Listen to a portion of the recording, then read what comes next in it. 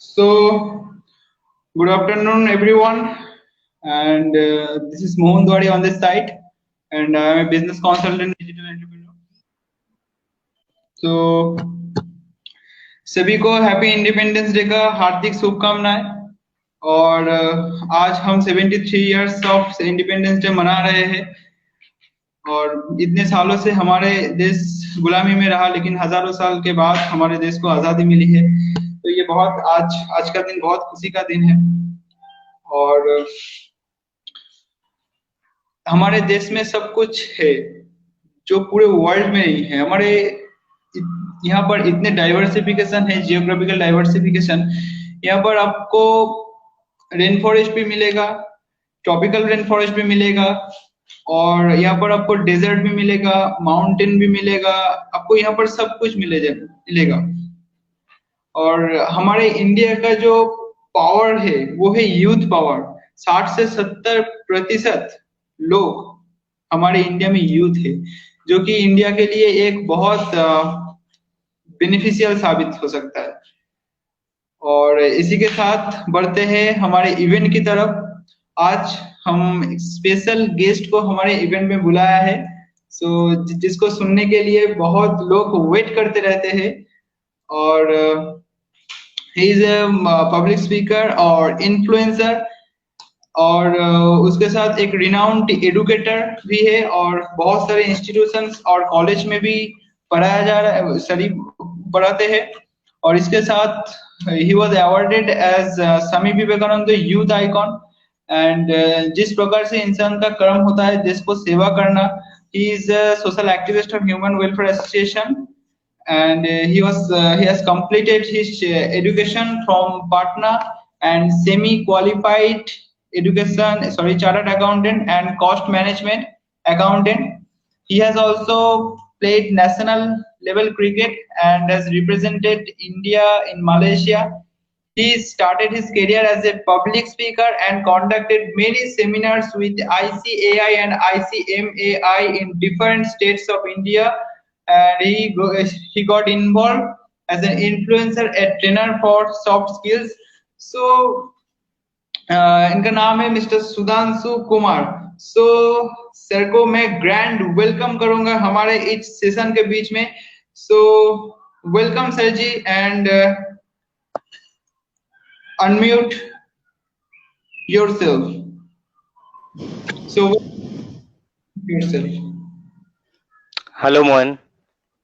Okay, hello sir. Hello and happy Independence Day to everyone. और जैसा कि मैंने बोला था कि बहुत ही अच्छा चॉइस है मोहन आपका आज के टॉपिक का भी और साथ ही साथ आज के दिन का भी। Like and today is independence day, और आज एजुकेशनल रिफॉर्म्स और ट्रेडिशनल मॉडर्न एजुकेशन के बारे में बात करने का सबसे अच्छा दिन है। एकदम। Okay Mohan, over to you. Okay sir. असल में हमारा जो क्वेश्चन है, जो ये ट्रेडिशनल एजुकेशन सिस्टम और ये जो मॉडर्न एजुकेशन सिस्टम, ये आखिर है क्या, और इसके बीच में डिफरेंसेस क्या क्या है? ओके, ट्रेडिशनल एजुकेशन के सिस्टम की जो हम बात करते हैं, सबसे पहली चीज ये समझने की है कि जो आज के डेट हम जिस एजुकेशन सिस्टम को फॉलो कर रहे हैं आज के डेट में, it is called modern education system. ये वो एजुकेशन सिस्टम है जो 1800 या 1700 के समय से भारत में आया, जब अंग्रेज आए। तो अंग्रेजों के आने के बाद ये एजुकेशन सिस्टम बहुत ही तेजी से फैलता गया। इसके पहले हमारा एक ट्रेडिशनल एजुकेशन सिस्टम चलता था। जो हमारा ट्रेडिशनल एजुकेशन था वो बहुत रिच था comparing to modern one. Modern one is not at all rich, I think so. Okay, एक इसके पीछे लॉजिक है, कहानी है जो ब्रिटिशर्स ने की थी, कि उन्होंने कहा था कि India is having a huge man power. Bharat में बहुत बड़ा मैन पावर है और इस मैन पावर को हमें कहीं ना कहीं एलोकेट करना होगा, इनसे हमें फायदा लेना होगा, लेकिन किसको कहाँ एलोकेट करे ये पता कैसे चलेगा, ये परेशानी थी। तो मैन पावर को एलोकेट करने के लिए जो स्ट्रैटेजी बनानी थी वही एजुकेशन सिस्टम इन्होंने इंडिया में इम्प्लीमेंट किया। लोगों को बांट दिया स्पेसिफिक चीजों में, किसी को साइंस में डाल दो, किसी को कॉमर्स में डाल दो, किसी को आर्ट्स में डाल दो, उससे क्या होगा कि एक पर्टिकुलर नेचर का बंदा निकलेगा, एक पर्टिकुलर कैपेबिलिटी का आदमी बाहर निकलेगा। और वो जो पर्टिकुलर कैपेबिलिटी का बंदा बाहर निकलेगा वो क्या करेगा, वो उसी टाइप का, उसी नेचर का जॉब्स करेगा अंडर द ब्रिटिश गवर्नमेंट, उनके अंडर में काम करेगा। इससे क्या ब्रिटिशर्स को फायदा हुआ कि जो इतनी बड़ी वर्कफोर्स थी इंडिया के पास, इतना ज्यादा मैन फोर्स था, उसको वो यूटिलाइज कर सकते थे। सेकेंड हैंड पे हम देखते हैं ट्रेडिशनल एजुकेशन सिस्टम को। तो हमारा जो ट्रेडिशनल एजुकेशन सिस्टम है, आपने सुना होगा नाम Vikramshila university, Takshashila yes university, Nalanda yes university. तो ये जो यस। यूनिवर्सिटीज की हम नाम सुनते हैं, ये सारी यूनिवर्सिटीज कब के हैं? ये सारे के सारे आपके 1200 के पहले के हैं, 1200 एडी। ओके। अगर कोई अच्छा। आपसे बोलता है कि जो हमारा भारत था, भारत गरीब था, या भारत में बहुत लोग कहते हैं सोने की चिड़िया थी, बहुत धन था, धन था, ठीक था, बट हम्म एजुकेशन में भी हम सबसे टॉप पे थे पूरी दुनिया में, हमसे ऊपर कोई नहीं था। तो भारत सबसे ऊपर था। ऐसे ऐसी बड़ी बड़ी यूनिवर्सिटीज थी यहाँ पे। यहाँ ऐसे ऐसे प्रोफेसर हुए जैसे आचार्य चाणक्य, आर्यभट्ट, वामभट्ट, वहारमीरा। तो हमारे देश में इस लेवल के लोग हुए जिन्हें कोई टच नहीं कर पाया। ये जो ठीक हमारी है। पुरानी यूनिवर्सिटीज थी, ये 1200 एडी, 1200 ईयर्स एडी तक पूरी तरह से फैली हुई थी और एजुकेशन सिस्टम बिल्कुल चैनलाइज था। लेकिन जब से इन्वेजन शुरू हुए, लाइक 1100 से इन्वेजन जो शुरू हुए, उसके बाद 1100, जैसे कि 1193 में बख्तियार खिलजी ने नालंदा यूनिवर्सिटी को डिस्ट्रॉय कर दिया, या फिर हाँ या 1100 के समय में विक्रमशिला यूनिवर्सिटी को भी डिस्ट्रॉय किया गया था। तो इस तरह से धीरे धीरे ये सारी यूनिवर्सिटीज डिस्ट्रॉय हुई। इससे क्या हुआ, या हमारा एजुकेशन सिस्टम खत्म हो गया, हमारा बेस खत्म हो गया एजुकेशन का, जो हमारा ट्रेडिशनल और रिचेस्ट एजुकेशन था, तो वो एजुकेशन हमारा खत्म हो गया। तो उसके बाद बिल्कुल। हमारे सफर शुरू हुई गुलामी की। और उसी गुलामी को वो 500-600 साल हमने गुलामी की, इस देश ने गुलामी की। और उसके बाद ब्रिटिशर्स ने एक गुलामी वाला एजुकेशन सिस्टम हमारे सर पे डाल दिया कि अब आपको यही पढ़ना है। सिंपली एज एन एग्जाम्पल हाँ अगर मैं इसको लूं, हम लोगों ने महाभारत देखी है। महाभारत या में गुरु द्रोण ने कहा था, गुरु द्रोण ने जब पांचों पांडवों को शिक्षा दी, तो उन्होंने कहा कि मैं तुम सभी को सब कुछ सिखाऊंगा, और जिस चीज में आप अव्वल होगे, जिस चीज में आप अच्छे होगे, उस चीज को, उस पर्टिकुलर चीज को आप एक स्पेशलाइज कर लेना। ऐसा नहीं है कि उन्होंने भीम को सिर्फ गदा युद्ध सिखाई थी, उन्होंने उन्हें हाँ उसे सब कुछ सिखाया। उसने गदा में स्पेशलाइजेशन लिया। तो नॉलेज आपको सबका होना चाहिए। एकदम। इसको ब्रीफली अगर कहा जाए तो जो कहा जाता था ट्रेडिशनल एजुकेशन में कि ज्ञान, विज्ञान, गणित, हर चीज सिखाया जाता है। Social science, science, mathematics, commercial things and everything, humanitarian, human behaviours, ये सारा एक एजुकेशन का पार्ट है, जो आज के जो मॉडर्न एजुकेशन सिस्टम है इसमें 6-7 विभागों में बांट दिया गया। किसी एक एकदम चीज पे काम करो। यस। एकदम एकदम बहुत ही अच्छा बोला आपने, बहुत ही अच्छी तरीके से डिस्क्राइब किया। सो हमारा जो मतलब दूसरा क्वेश्चन है, तो ये जो मॉडर्न एजुकेशन सिस्टम आया है, आपने जो बताया ये जो मॉडर्न एजुकेशन सिस्टम है, तो ये हमारे इंडिया में एम्प्लॉयमेंट में क्या रोल प्ले करेगा, क्योंकि इंडिया में अनएम्प्लॉयमेंट रेट बहुत ज्यादा है, तो इसका रोल क्या यस। रहेगा एम्प्लॉयमेंट पे? ये आपने जो सवाल पूछा है इसको मैं थोड़े डिफरेंट तरीके से लूंगा। इसको मैं इस तरह से लूंगा कि मॉडर्न एजुकेशन सिस्टम का क्या रोल रहा है इन अनएम्प्लॉयमेंट को जनरेट करने में। क्योंकि ये जो मॉडर्न एजुकेशन सिस्टम है इसने एम्प्लॉयमेंट को जनरेट नहीं किया है, इसने अनएम्प्लॉयमेंट को जनरेट किया है। अच्छा। इसने कुछ ऐसा काम किया है जो चीजें मैं जैसे इसको थोड़ी डिटेल में इसको अगर लेता हूँ, ज्यादा डिटेल में तो नहीं, फिर भी थोड़ी डिटेल में लेता हूँ। जैसे सपोज आप किसी, कोई बच्चा है, आप उसको एक पर्टिकुलर पाथवे पे लगा देते हो, ठीक है। वी ऑल नो हाँ that human brain is versatile. ठीक है, हमारा ऐसा ब्रेन नहीं है कि हम सिर्फ एक काम कर सकते हैं, घर में भी हम 10 तरह के काम करते हैं। तो हमारे ब्रेन में एकदम। वर्सेटैलिटी है। बट अगर हम उसे किसी एक लाइन पे ही लगा दें और उसी चीज से बांध के रख दें, जो कि अंग्रेजों ने हाँ हमें गुलाम करने के लिए किया था, उन्होंने ये हाँ इसीलिए बनाया कि ये गुलामी रह जाए और कुछ ना कर पाए। हाँ बहुत लोगों के एकदम। मन में यह सवाल उठता है कि भाई जब भारत गुलाम था अंग्रेजों के अंडर में और हमारा पूरा एजुकेशन सिस्टम उनके हाथ में था, तो उस समय जो सबसे ज्यादा कंट्रीब्यूशन रहा हर चीजों में वो लॉयर्स का रहा था, एडवोकेट्स का। हाँ। तो ऐसा क्यों है, लोगों के मन में सवाल आता है कि सभी अच्छा। एडवोकेट्स थे, ऐसा क्यों कि सभी लोग एडवोकेट्स थे ही और वही लोग इसमें पार्ट ले रहे थे? इसका सबसे बड़ा रीजन है कि जो एडवोकेसी की पढ़ाई होती है, जो लॉयर की हाँ। पढ़ाई होती थी, आजकल तो हर कोर्सेज में कुछ ना कुछ डाल दिया गया है, बट उस टाइम बाकी बहुत सारे इतने तरह के कोर्सेज नहीं थे, बहुत लिमिटेड कोर्सेज थे। और जो उसमें जो लॉयर या एडवोकेट की जो पढ़ाई होती थी, बैरिस्टर्स की, उस कोर्स में बहुत ज्यादा डाइवर्सिफिकेशन होता था, बहुत सारी चीजें होती थी, हम्म। बहुत तरह के लॉ पढ़ाए जाते थे।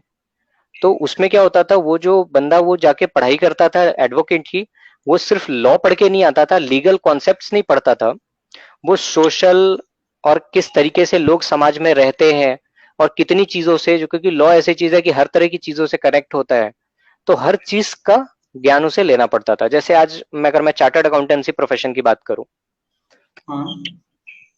तो सीए प्रोफेशन में अगर कोई ऑडिट करने जा रहा है, सपोज कभी उसने पावर ग्रिड का ऑडिट किया, कभी उसने किसी मैन्युफैक्चरिंग यूनिट का ऑडिट किया, कभी किसी मतलब मिल्क मैन्युफैक्चरिंग का ऑडिट किया, तो अलग अलग जगह पे जब ऑडिट करते हैं तो हर जगह का उन्हें नॉलेज होना चाहिए।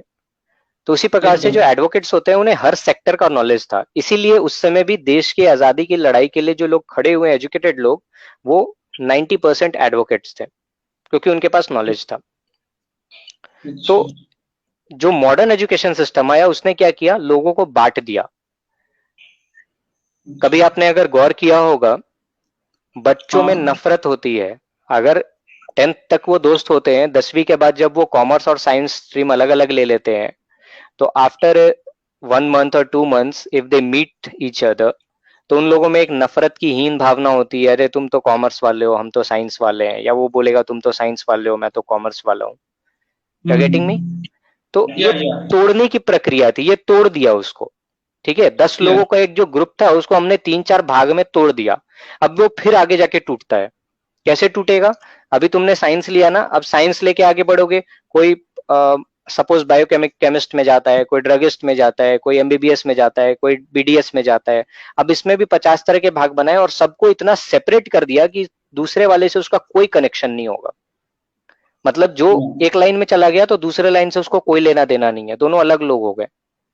तो या। उन्होंने इतना तोड़ दिया कि हर आदमी अपने आप को कुछ अलग ही समझने लगा।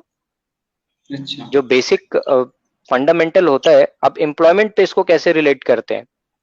तो एम्प्लॉयमेंट ऐसी चीज है, इट इज ऑलवेज फ्लक्चुएटिंग, कभी स्टैटिक नहीं होती है। एम्प्लॉयमेंट अच्छा। का जो भी स्थिति होती है, जो भी रेशियोज होता है, वो हमेशा फ्लक्चुएटिंग होता है।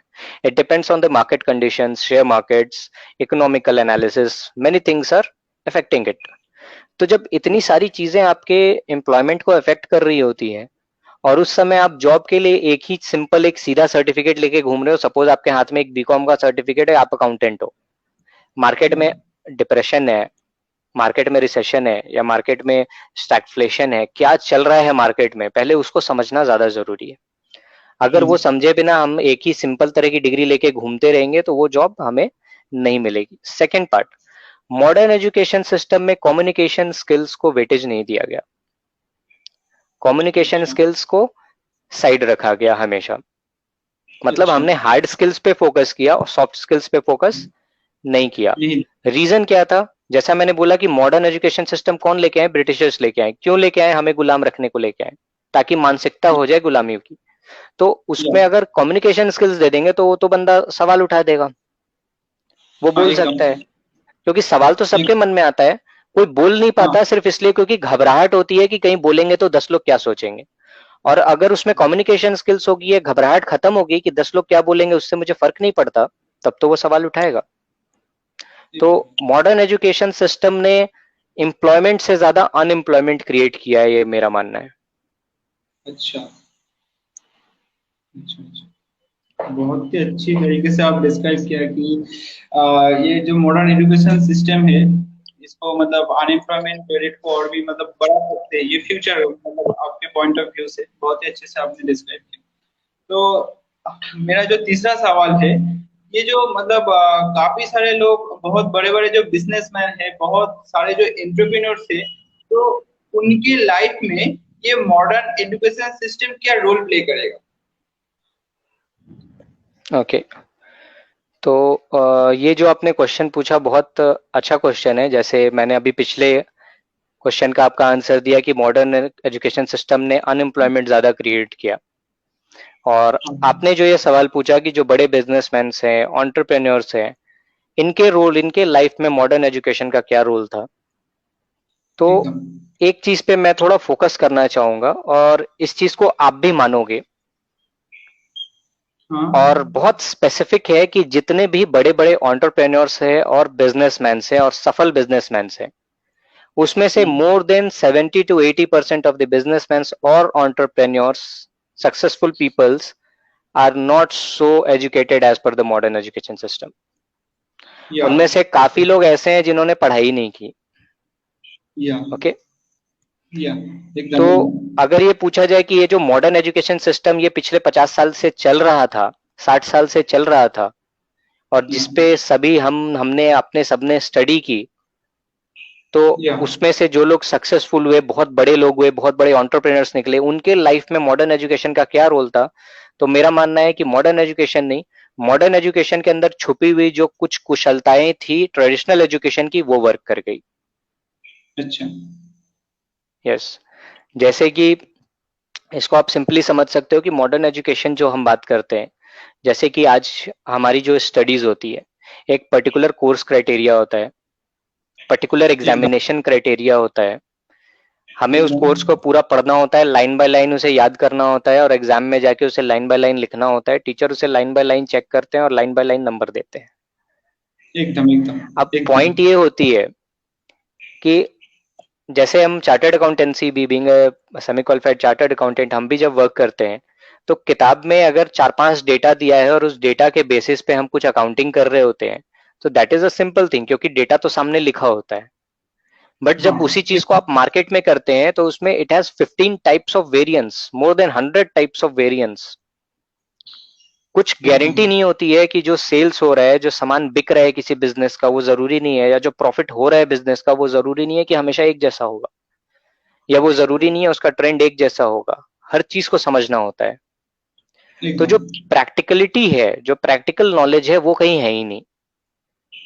और प्रैक्टिकल नॉलेज देने का जो समय बनाया गया है, वो इतनी दूर का है। मतलब ग्रेजुएशन में आ जाओ, ग्रेजुएट होने लगोगे, ग्रेजुएशन में भी आई डोंट थिंक कि बहुत अच्छे से प्रैक्टिकल नॉलेज दी जाती है। देन यू हैव टू हाँ, go to the PG level. जब आप पीजी एमफिल में जाते हो, तब आप प्रैक्टिकल पे आते हो, रिसर्च पे आते हो। तो जब पीजी एक- एमफिल में रिसर्च पे आते हो, तो उस समय तक तो ब्रेन का पूरा डेवलपमेंट हो चुका होता है। ब्रेन इज हाँ, totally developed at that time. आपका बॉडी भी एकदम। पूरा डेवलप हो चुका होता है। मतलब पूरी जिंदगी जब तक आपके ब्रेन और बॉडी की डेवलपमेंट हो रही थी, तब तक हमने सिर्फ घास तोड़ी, और जब पूरी बॉडी और पूरी शरीर डेवलप हो गया, तो अब बोला कि चलो अब खेती शुरू करो। तो वो खेती तो नहीं कर पाएगा ना, उसने तो पूरे 20 साल तक घास ही तोड़ी छोटी छोटी। तो उसने, वो तो घास तोड़ने के लिए हैबिचुअल है। तो अगर हाँ, आप उसको शुरू से नहीं बोलोगे कि धीरे धीरे शुरू करो, तो वो कैसे करेगा? एक स्टोरी मैं इस पे बताता हूँ कि एक ग्वाला था, जो कि अच्छा। 22 वर्ष की उम्र का था, और एक जगह वो आया था किसी सभा में, और वहां पर उसने क्या किया कि उसके पास एक गाय थी, और काफी गाय बहुत भारी होती है, 1-2 टन की बड़ी सी गाय थी। उसने क्या किया, हाँ, गाय को ऐसे कंधे पे फंसा कर ऊपर उठा लिया। अच्छा। सारे लोग देखते रह गए, अरे ये 150-200 किलो की गाय है, और इतनी भारी गाय को इसने कंधे पे लेके ऐसे उठा दिया। तो उसने, सबने पूछा कि भाई साहब बताओ जरा, आपने गाय को उठाया कैसे? तो उसने कहा बड़ा आसान है, जब मैं छोटा था और ये भी छोटी सी थी, तो मैं हमेशा इसको कंधे पे लेके घूमता था। मतलब जब इस गाय का जन्म हुआ था, तब से मैं इसको हम्म कंधे पे लेके घूमता था, और तब से मैं हम्म। हर दिन इसको कंधे पे लेके घूमता हूँ, तो मुझे आदत है। अच्छा। गेटिंग में? तो होता क्या है, हाँ आप अगर आदत रखोगे, तो वही हाँ। आपकी लाइफ बन जाएगी। जिस तरह अच्छा। से, अब इसका नेगेटिव परसेप्शन मैं आपको बताता हूँ। हाथी, महावत के पास जब हाथी आता है, हाथी का बच्चा, तो उसे मोटे हम्म, जंजीर से उसका पैर बांध दिया जाता है, खूंटे में। हाँ हाथी का एकदम बच्चा एकदम। बहुत रोता है, तड़पता है, हाथ पैर मारता है, वो उसको नहीं तोड़ पाता है।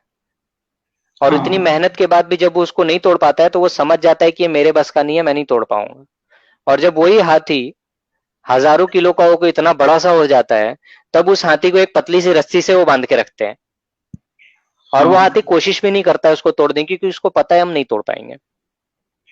अच्छा। तो बेसिकली समझने की चीज ये है कि आप किसी बच्चे को ये सिखाते हो, उसके 22 हम्म, साल 23 साल के होने तक, ग्रेजुएट होने तक उसे सिखाया जाता है कि तुम रटो, तुम इस लाइंस को पढ़ो, पढ़ पढ़ के उसको समझ लो, समझो या नहीं समझो वो भी दूसरी बात, और उसी तरीके से कॉपी में लिख के आ जाओ, टीचर इस पे नंबर देगा। और फिर उसी हाँ, लड़के से आप एम्प्लॉयमेंट में बाहर आने के बाद जब वो मार्केट में आ जाता है, सोसाइटी में आता है, तो एक्सपेक्ट करते हो कि वो अपने दिमाग से चले। कैसे चलेगा? एकदम उसके एकदम। दिमाग में तो बैठा हुआ है कि जो मुझे सामने लिखा हुआ मिलेगा मैं इतना कर सकता हूँ। एंड आई हैव हाँ। एग्जांपल्स, अगर आप किसी को कंटेंट राइटिंग का नॉर्मली काम दे दो, अभी तो थोड़ा ये चलने लगा है, थोड़ी क्रिएटिविटी हम्म, आ रही है, लेकिन अगर आप हम्म, किसी को कंटेंट राइटिंग या कुछ अलग तरह का वर्क दे दो अचानक से, और उसके पास कोई आउटलाइन ना हो, तो वो नहीं कर सकता है, हाँ, क्योंकि क्रिएटिविटी नहीं है।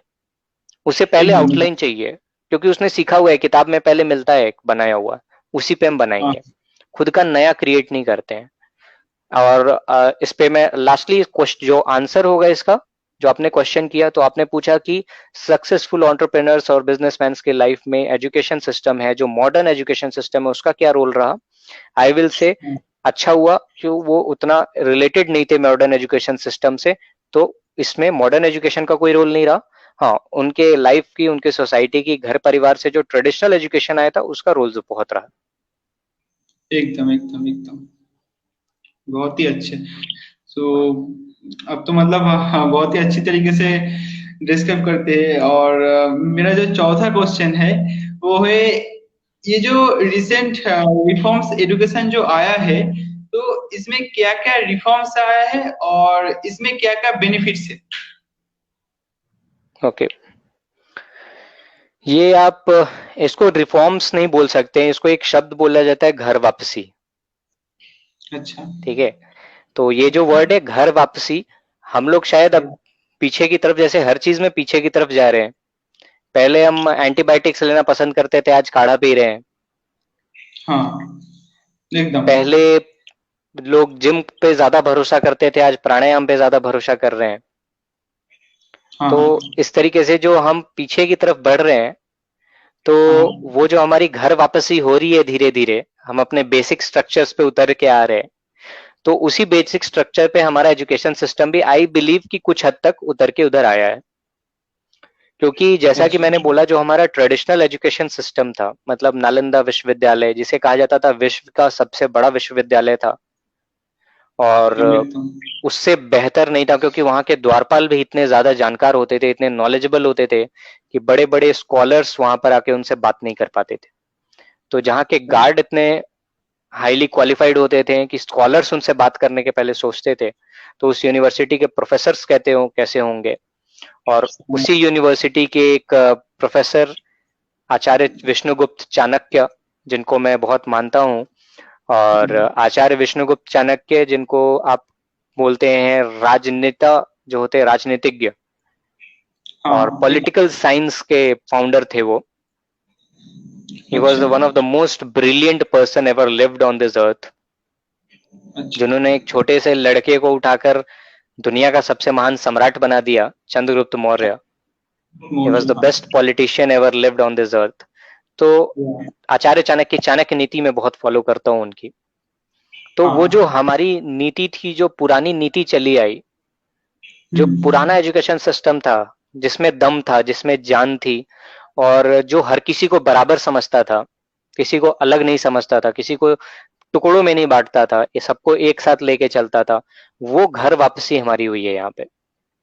इसको एकदम। सेक्शंस में मैं, क्योंकि पूरा इसको डिस्क्राइब करना पॉसिबल नहीं है, क्योंकि first of all it is not properly given. अभी तक 100% इसका सारा डिटेल्स आउट नहीं किया गया है। काफी सारी चीजें अभी इस पे रिसर्चेस चल रही हैं, जो कि कमिंग एकदम। कुछ मंथ्स में या फिर कुछ ईयर्स में आएंगी। तो इस पे काफी सारी चीजों पे वर्क भी चल रहा है। नेक्स्ट थिंग, ये इतना वास्ट कॉन्सेप्ट है जिसको कि आप 1-1.5 घंटे में भी शायद ही कवर कर सके। तो मैं थोड़ा रैपिड में और शॉर्ट में इसको कवर करता हुआ चलूंगा। एकदम सबसे एकदम। पहली चीज तो स्कूलिंग को समझते हैं इसमें। हम्म, ये जो स्कूलिंग का पूरा पार्ट बना है, स्कूलिंग जो हमारी थी पहले, वो 10+2 में थी। ओके, हाँ, तो ये जो 10+2 की स्कूलिंग थी, उसको हमने चेंज कर दिया 5+3+3+4। तो ये जो 5+3+3+4 है, ये किस तरह से वर्क करेगा? अभी देखो, जो पुराना हमारा था 10+2, उसमें भी 10+2 के पहले 3 साल की पढ़ाई एक चलती थी। ये काफी लोगों का कंफ्यूजन था। लोगों ने कहा था कि ऐसा है सर कि ये 5+3 8 हुआ, +3 हो गया 11, +4 हो गया 15, ये तो 15 साल का बता रहे हैं। पहले तो 10+2 था 12 साल का, तो ये 3 साल बढ़ कहाँ से गए? तो वो जो 3 साल बढ़ाए गए, वो 3 साल बढ़े नहीं एक्चुअली। पहले आपको याद होगा, हम लोग प्री में जाते थे, लोअर केजी में जाते थे, अपर केजी में जाते थे, नर्सरी होता है। तो वो जो पार्ट होता है वो भी इसमें इंक्लूडेड है 5+3+3+4 में।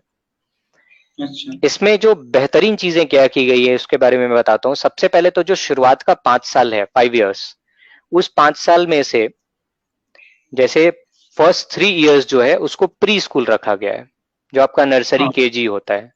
नर्सरी केजी या प्ले स्कूल्स जो है उसको फर्स्ट 3 years में इंक्लूड किया गया है। तो पहला जो 3 साल है आपका, वो प्री केजीज हो गया। इन केजीज में खेलना सिखाना जो नॉर्मल केजीज में होता है, क्रिएटिविटी को डेवलप करना आपके अंदर। उसके बाद आप स्टैंडर्ड 1 में आओगे, स्टैंडर्ड 2 में आओगे। ये पहला 5 साल है जिसको कि फाउंडेशन बेस माना जाए।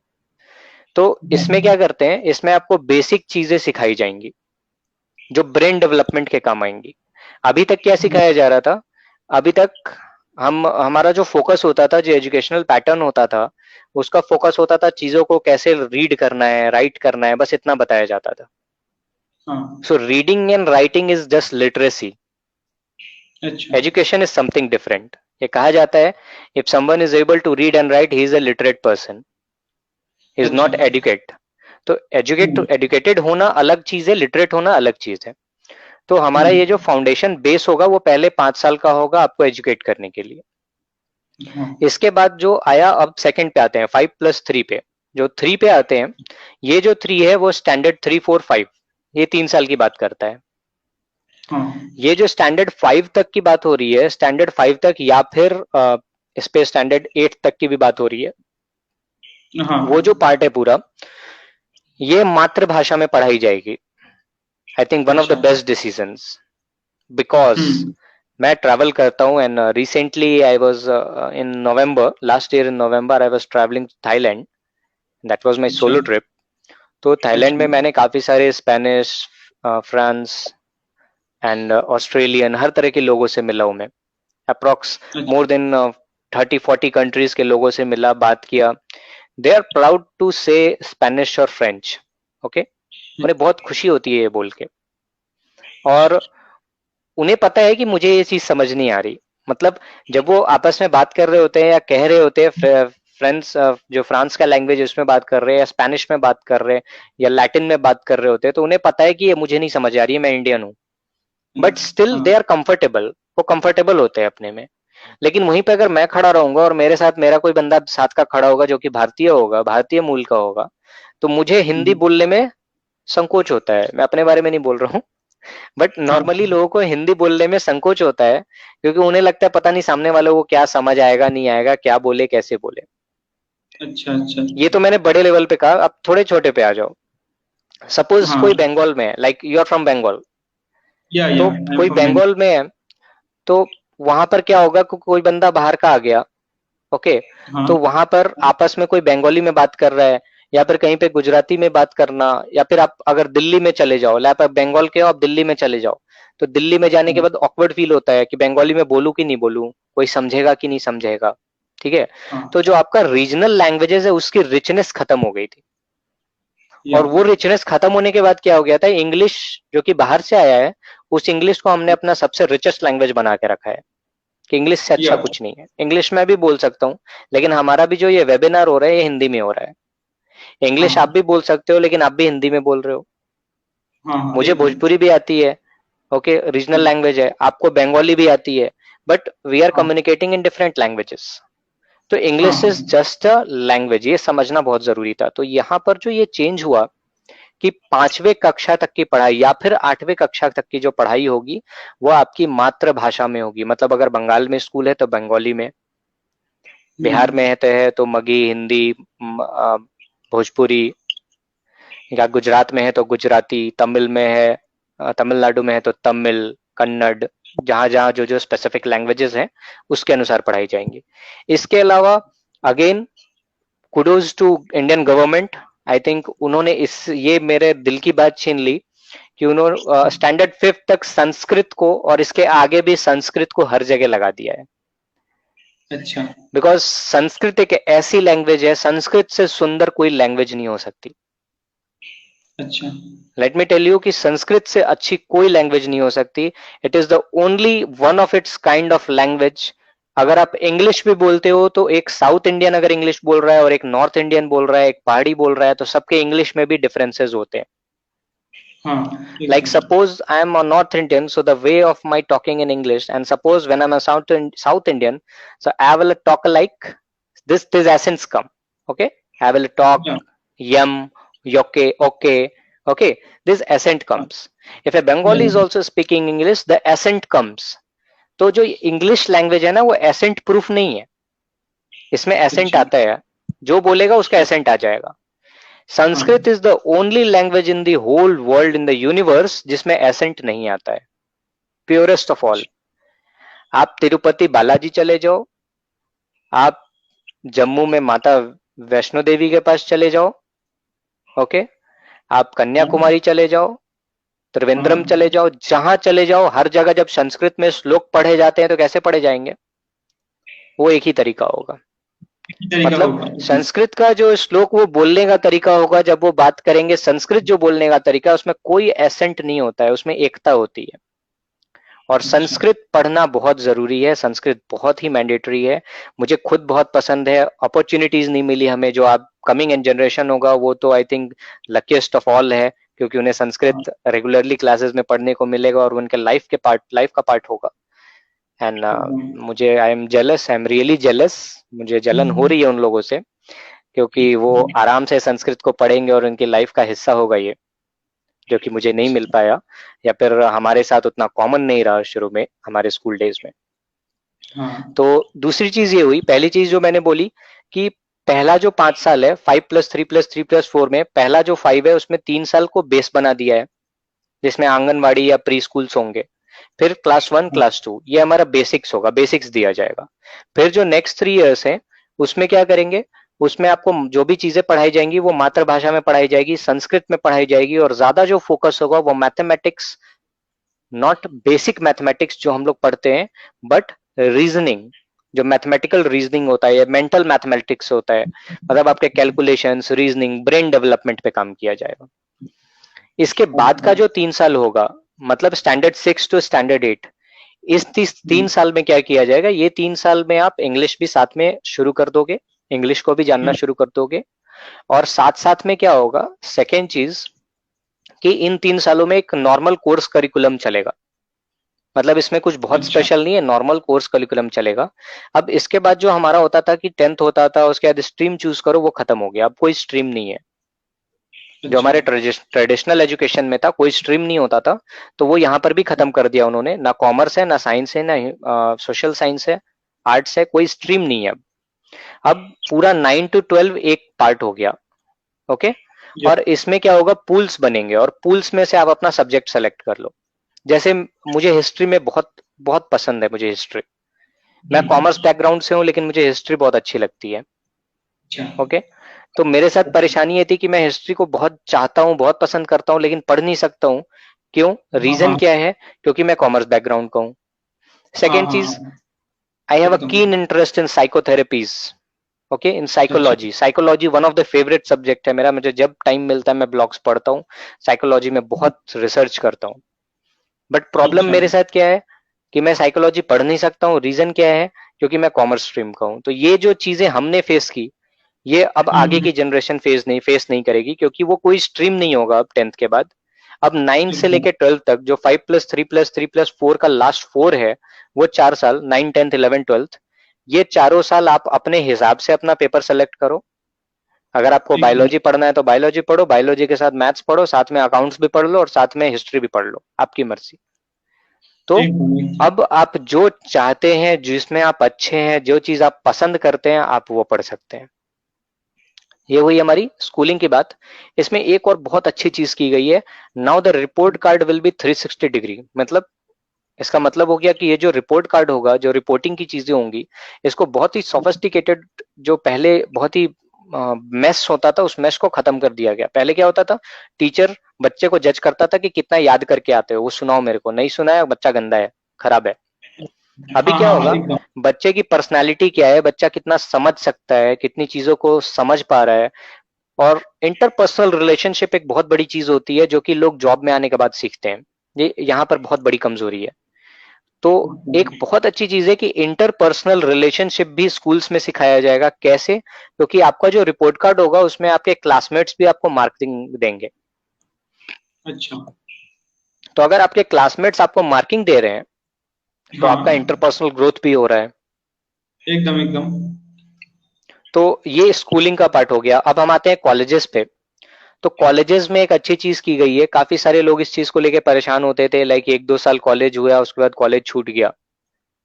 तो हाँ उस हाँ। चीज को थोड़ा चेंज कर दिया गया है। अब क्या किया गया है कि कॉलेज को 4 साल में डिवाइड कर दिया गया, और एक एमफिल होता था, एमफिल को हटा दिया गया, मास्टर इन फिलोसफी, उसको हटा दिया गया। तो एमफिल को हटा के अब कॉलेजेस को और उसके कोर्सेज को 3 साल किया गया, जिसमें बोला गया ये multi entry and multi exit होगा। मल्टी एंट्री अच्छा। का मतलब क्या हो गया, कि सबसे पहले अगर आप कॉलेज में आके 1 साल की पढ़ाई पूरी करते हो, तो आपको सर्टिफिकेट मिलेगा।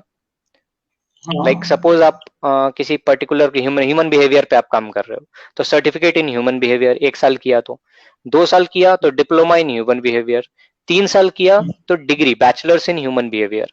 और जो 4 साल होगा, चौथा साल, उस चौथे साल में आप रिसर्च कर सकते हैं। जो पहले रिसर्च करने के लिए हमें क्या करना होता था, पहले हम पूरा ग्रेजुएशन करते थे, फिर पोस्ट ग्रेजुएशन करते थे, और पोस्ट ग्रेजुएशन में हमें रिसर्च का कुछ काम मिलता था, और जब पीएचडी करते थे फिर एमफिल में रिसर्च करते थे। तो वो जो उतना लंबा टेन्योर जाता था, वो रिसर्च हम कर सकते हैं कब, ग्रेजुएशन के चौथे साल में ही रिसर्च कर सकते हैं। अच्छा। और एक। इसके पहले जो मैंने बोला कि ये 4 सेक्टर्स में बांट दिया, जिसके कारण बहुत आराम हो गया। अब सपोज इसमें एक और चीज लाया गया है, इसको हम बैंक क्रेडिट बोलते हैं। Okay, additional bank credit. Bank credit का रूल लाया गया है, जिस रूल में ये बताया गया कि सपोज मोहन, आप कॉलेज कर रहे हो, आपने फर्स्ट ईयर किया, सेकंड ईयर किया, फिर due to some family conditions आपको कॉलेज छोड़ना पड़ गया। आप एकदम 3 साल एकदम। बाद फिर से अब अपनी एजुकेशन शुरू करना चाहते हो, तो अभी क्या होगा कि वो 2 साल बर्बाद हो गए, आपको फिर से हाँ पूरा हाँ 4 साल पढ़ना होगा। लेकिन न्यू एजुकेशन सिस्टम में क्या होगा कि जो 2 साल आपने कंप्लीट किए थे, वो आपके क्रेडिट में बैंक अकाउंट में जड़ जमा होगा। और आप फिर से जब अपनी एजुकेशन शुरू करोगे, तो वो 2 साल का क्रेडिट आपको मिल जाएगा, आप सीधा तीसरे साल से शुरू करोगे। अच्छा। तो ये एक बहुत अच्छी चीज लाई गई उनके लिए, जिनका जो एजुकेशन है बीच में रुक जाता है, स्टॉप हो जाता है किसी ना किसी रीजन से। वन मोर थिंग जो हाँ। मुझे दिमाग में आ रहा है, बहुत लंबा नहीं खींचूंगा क्योंकि बहुत बड़ा टॉपिक है ये। एक और चीज जो मेरे दिमाग में आ रहा है, जो स्टैंडर्ड 6 के बाद इंटर्नशिप अलाउ कर दी गई है। अच्छा। I think again salute to the government for this step, कि स्टैंडर्ड 6 के बाद आप इंटर्नशिप कर सकते हैं। जैसा कि मैंने आपको बोला कि बच्चे को खेत में भेज दो और बोलो हर दिन बाबू एक एक घास तोड़ के आना, और वो जीवन भर 20 साल तक घास तोड़ेगा, और उसके बाद सीधा उसके पीठ पे 25 किलो का हल रख के बोलोगे अब जोतो इसको, तो वो तो रोएगा। लेकिन अगर वो हाँ, छोटा सा बच्चा ही अगर छोटा सा हल ले, वो जान जाए, समझ जाए बीज कैसे लगाते हैं, खेती कैसे करते हैं, तो बड़ा होके वो बहुत अच्छा किसान बनेगा। तो वो एकदम चीज यहाँ पर गवर्नमेंट ने बिल्कुल प्रैक्टिकली इम्प्लाई किया है। स्टैंडर्ड 6 के बाद 6 से इंटर्नशिप अलाउ कर दिया है। एकदम एकदम एकदम। तो बहुत ही अच्छे जी, मतलब पहला जो बेनिफिट आपने बोला कि स्टूडेंट्स अपने मनपसंद सब्जेक्ट चूज कर सकते हैं, ये बहुत ही एक मतलब बेनिफिशियल पॉइंट है हमारे लिए। और जो कॉलेज में है ना, जो स्टूडेंट्स कॉलेज ड्रॉप आउट हो जाते हैं, लेकिन वो अभी नहीं होगा। वो 1 साल या 2 साल हम्म। के बाद फाइनेंशियल कंडीशन पे अगर ठीक नहीं रहेगा, तो वो बाद में भी कॉलेज कर सकता है। ये बहुत ज्यादा एक बिल्कुल। मतलब क्रूशियल पॉइंट है। तो मेरा फिफ्थ क्वेश्चन है, जो जो ये जो रिसेंटली एजुकेशन सिस्टम है, ठीक है, तो इससे हमारे देश के यूथ का क्या फायदा होगा, और इससे हमारे देश का एम्प्लॉयबिलिटी कितना जनरेट हो पाएगा, क्योंकि हमारे देश में तो बिल्कुल, यूथ बहुत। ये आपने अच्छा क्वेश्चन पूछा, और पिछले आंसर में ही इसका आंसर छुपा हुआ है। कि आपने जो बोला युद्ध को क्या फायदा होगा, तो सबसे पहला फायदा युद्ध को ये होगा कि कहा जाता है कि आपकी संस्कृति है, आपकी धरोहर है, अगर आपकी संस्कृति खत्म होगी तो आपकी धरोहर, आपका जीवन व्यर्थ है।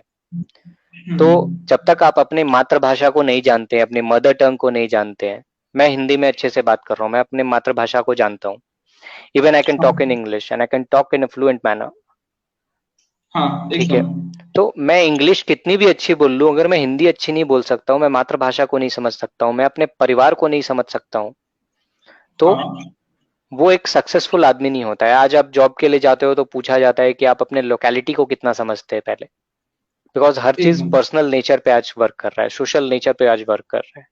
तो ये जो न्यू एजुकेशन सिस्टम है, ये सबसे पहले तो आपको मातृभाषा से जोड़ता है, आपकी अच्छा। लोकल कल्चर से आपको जोड़ेगा।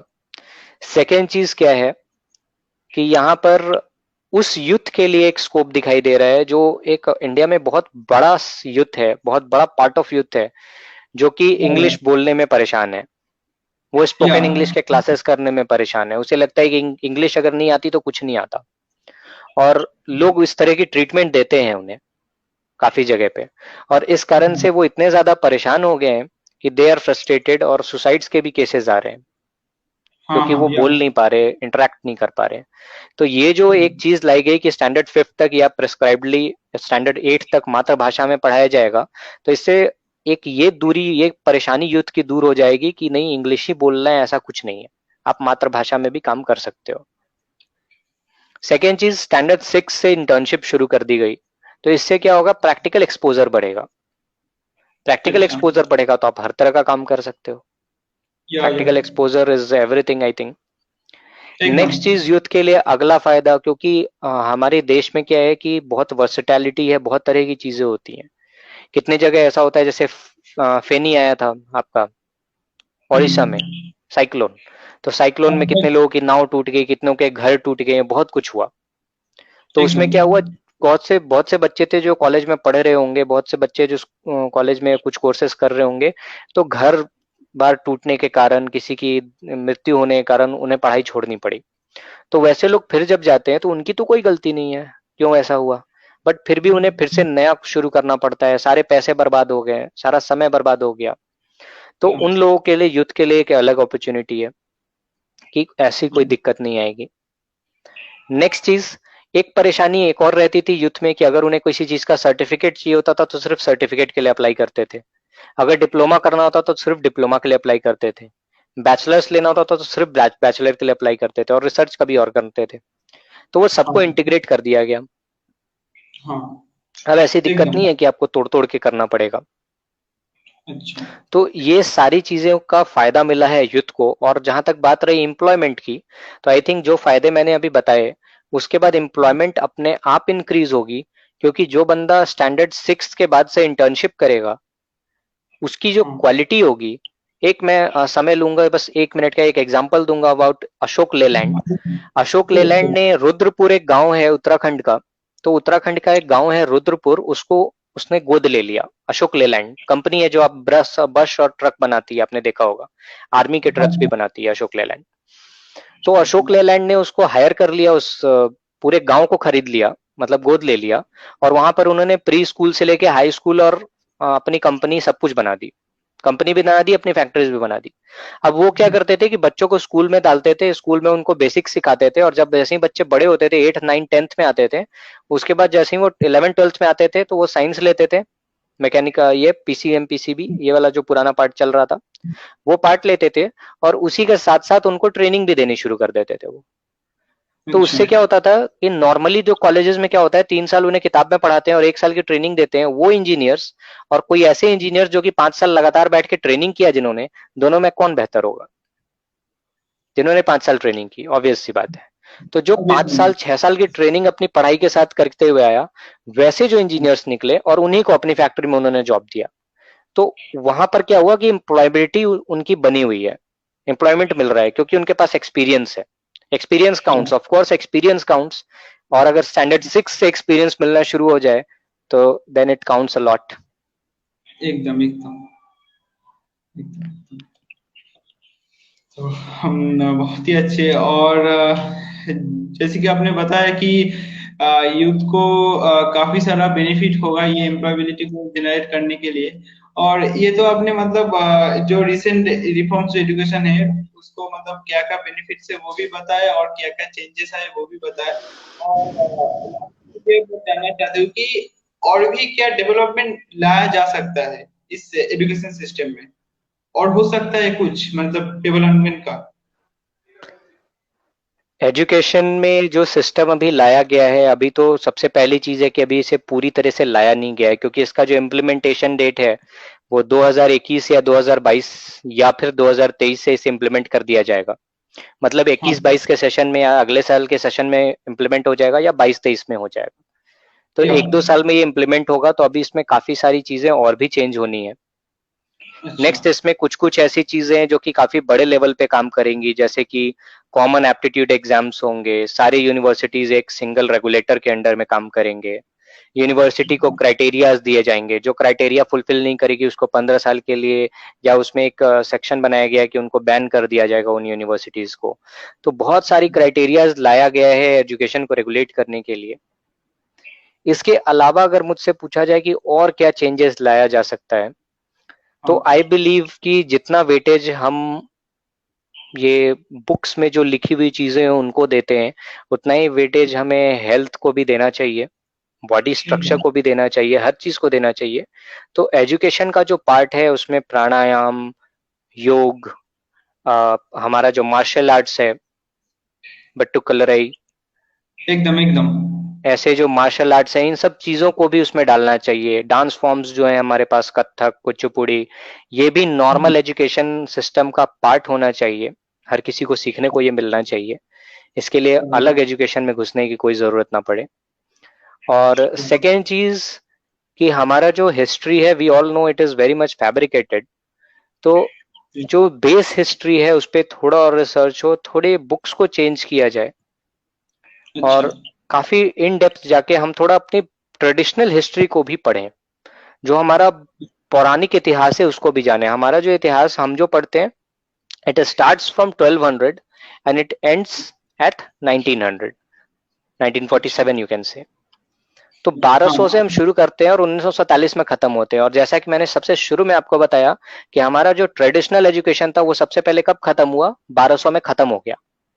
मतलब एकदम। 1200 के पहले हम ट्रेडिशनल एजुकेशन में चलते थे, हम सबसे समृद्ध थे पढ़ाई में भी, और 1200 से हाँ हमारी गुलामी शुरू हुई और हम पूरे किताब में सिर्फ गुलामी पढ़ते हैं। तो मेरा एकदम। ये सजेशन अगर मुझसे कहा जाए तो मैं यही कहूंगा कि अगर डेवलपमेंट एक और लाना है, तो कहा जाता है words are like seeds in your mind. जो आप पढ़ते हैं वो आप सीखते हैं। तो बच्चों को ये बताया जाए, ये पढ़ाया जाए कि हम कितने रिच थे एजुकेशन में भी और कितने ब्रिलियंट थे, ना कि उन्हें ये पढ़ाया जाए कि हमने कितने साल गुलामी की। हाँ हाँ एकदम एकदम। हाँ। और ये तो मतलब बहुत ही हम लोगों को नॉलेज भी मिला आज। तो लास्ट में एक सवाल और, जो इस पेंडेमिक के टाइम पर आज यूथ को क्या आप एक लास्ट मैसेज देना चाहेंगे, एक मैसेज जो उनके लिए लाइफ में आगे बढ़ेगा उसके लिए। युद्ध को मेरा सबसे बड़ा मैसेज होगा इस पैंडेमिक में, यही मैसेज होगा कि हम्म। सी दुनिया में हर चीज आती जाती रहती है, ठीक है, और हाँ युद्ध से ज्यादा इस चीज को कोई नहीं समझता, क्योंकि युद्ध का जो लाइफ होता है, ये जो टीनेज होता है, उसी 5 साल में उन्हें ये फील होता है उन्होंने 50-60 साल जी लिया, क्योंकि उनके लाइफ में हाँ हर दिन में कुछ ना कुछ आता जाता रहता है। सो दे हाँ आर वेरी एकदम। Experience for this thing. तो ये जो पैंडेमिक है ये सीखने का सिचुएशन है, इसमें आप सीखो। आप ये जानो आपके पास बहुत सारे ऑप्शंस है। आप ये मत सोचो कि हमारा जो अपॉर्चुनिटीज है वो खत्म हो गया। या बहुत से यूथ जो ये सोच रहे हैं कि बाहर नहीं निकल रहे हैं, अपॉर्चुनिटीज ओवर है, एम्प्लॉयमेंट रेट घट गया, या ऐसा कुछ नहीं है। जगह अभी भी हर जगह है, जगह कभी खत्म नहीं होती है, because space is always a space. जो हमारा या स्पेस है उसमें स्पेस ही स्पेस है। Space can never be empty space, even it या इज एम्प्टी स्पेस। तो ये एक ऐसी चीज है जो कि हमेशा रहेगी, जगह कभी खत्म नहीं होगी आपके लिए। ओके, तो आपके लिए हर चीज, हर लाइन बना हुआ है। अगर किसी भी यूथ को ऐसा लगता हो कि वो बहुत अकेला फील कर रहा है, तो मैं एक दो सजेशंस जरूर दूंगा कि अगर आपको लगे आप अकेला फील कर रहे हो, try to learn some classical form of dances, अच्छा ट्राई टू लर्न, अगर कुछ ऑप्शंस आपको नहीं मिल रहे तो यूट्यूब से ही सीख लो। Try to learn literature, Hindi literature. अच्छा। हिंदी लिटरेचर, वो साहित्य अभी बहुत ही मशहूर हमारे कवि, सर का मैं नाम, इंदौर, राहत इंदौरी साहब, अभी या उनकी मृत्यु हुई कोई एक दिन पहले ही। तो हम्म, क्या लिखते थे वो, और उनकी कविताएं पढ़ के कोई भी मतलब अलग ख्वाबों की दुनिया में चला जाता था। तो कविताएं लिखें आप, अपने मन में जो है वो क्रिएटिविटी को बाहर निकालें। तो अच्छा। कभी भी कुछ भी होता है वो अच्छे के लिए ही होता है। एंड सेकेंड थिंग, अगर आपके मन में ये डर होगा कि कोरोना में कुछ हो जाएगा मुझे, तो हमेशा याद रखना कि probability of death is everywhere, but your charm for living is your life. मरने या का कारण तो हर जगह है, घर से निकल के घर में घूमते घूमते भी लोग मर जाते हैं, है ना। हाँ तो मर तो हाँ कहीं भी सकते हैं, कुछ भी हो सकता है, हाँ प्रोबेबिलिटी बहुत है। लेकिन जीने की जो चाह होती है और जीने में जो खुशी होती है वही आपको जीवित रखती है। तो उस चाह और खुशी को बना के रखें, और ये जो डर है उसको निकाल दें और क्रिएटिविटी में अपना मन लगाएं। You are very creative. या या तो मतलब आज तो हमने मतलब बहुत कुछ चीजें जाना है आपसे। और जो ट्रेडिशनल एजुकेशन सिस्टम है और जो रिसेंट एजुकेशन सिस्टम है उनके बीच में फर्क क्या है, वो क्या फायदेमंद हो सकता है, और जो रिफॉर्म्स और जो चेंजेस लाया गया है तो उससे क्या फ्यूचर है हमारे देश के लिए। तो मैं समझता हूँ कि जो हमारे जो व्यूअर्स है तो उनको काफी सारे जानकारी मिली होगी। और मैं अपने सारे व्यूअर्स को बहुत धन्यवाद बोलना चाहूंगा कि वो उतने पेशेंस से सुन रहे हैं। और मैं आपको भी थैंक्सफुल, मैं आपकी तरफ से भी मैं बहुत ही थैंक्सफुल हूँ कि आप अपने वैल्यूएबल टाइम हमें दिया है इस सेशंस के लिए। सो सभी को एक बार फिर से हैप्पी और इंडिपेंडेंस डे का। साथ में मोहन, मैं आपको भी थैंक्स बोलना चाहूंगा, because Mohan, you are a hardcore Bengali and you are yeah very good at Bengali and English. But Mohan, आपने बंगाली और इंग्लिश को ना देख के मातृभाषा, आज स्वतंत्रता दिवस के दिन आपने हिंदी में पूरा होस्ट किया। एंड या एक दिन में या कुछ समय में आपने हिंदी पे बहुत अच्छा कमांड किया। You you are very good. या तो मतलब तो मतलब बहुत ही थैंक्सफुल हूँ आपके साथ, मतलब आपने जो ये इतना टाइम मुझे दिया है। तो इसी के साथ सबको धन्यवाद करना चाहूंगा। और इसी के साथ इस सेशन को मैं क्लोज करूंगा। तो सबको एक बार फिर से हार्दिक शुभकामनाएं। और जय हिंद, जय भारत। और सब घर पे रहिए, स्वस्थ रहिए, और हमेशा सीखते रहिए, क्योंकि लर्निंग हमारा जारी रखना चाहिए। तो इसी के साथ इस सेशन को यहीं पर क्लोज करना चाहूंगा। और हमारे जो स्पेशल गेस्ट है उनको भी हार्दिक शुभकामनाएं और thanks. Okay thank okay you. Okay, thank you sir, thank you so much.